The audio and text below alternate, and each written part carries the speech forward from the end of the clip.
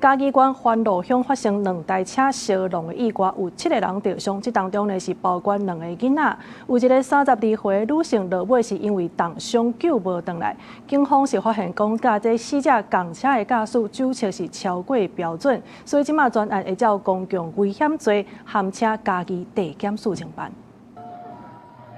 救护车接到车祸通报了后，连面赶来现场。伫大约8米宽的乡道，2台车发生车祸，毋但车头弄甲变形，2台车计共有7个人受伤，包括有2个囡仔，其中就有1位坐伫后座的查某人，互救出来的时阵，都已经无喘气甲心跳。现场为2部自小客车发生车祸，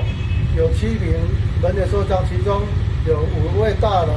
2位小孩，其中1名女性约31岁，还欧卡。车祸伫车尾接近中道的时阵，伫嘉义县番路乡的126支二线内发生。根据警方的调查，32岁姓李的驾驶赛车要去直行，经过这的时阵，弄到对向的车辆，毋但造成公车的女性过身，肇事的姓李的驾驶嘛伫病院的抽血检测当中，发现酒测的数字超过标准。肇事女性驾驶经医院以抽血检测，酒测值超出法定标准值，全案将依涉嫌公共危险罪嫌，函请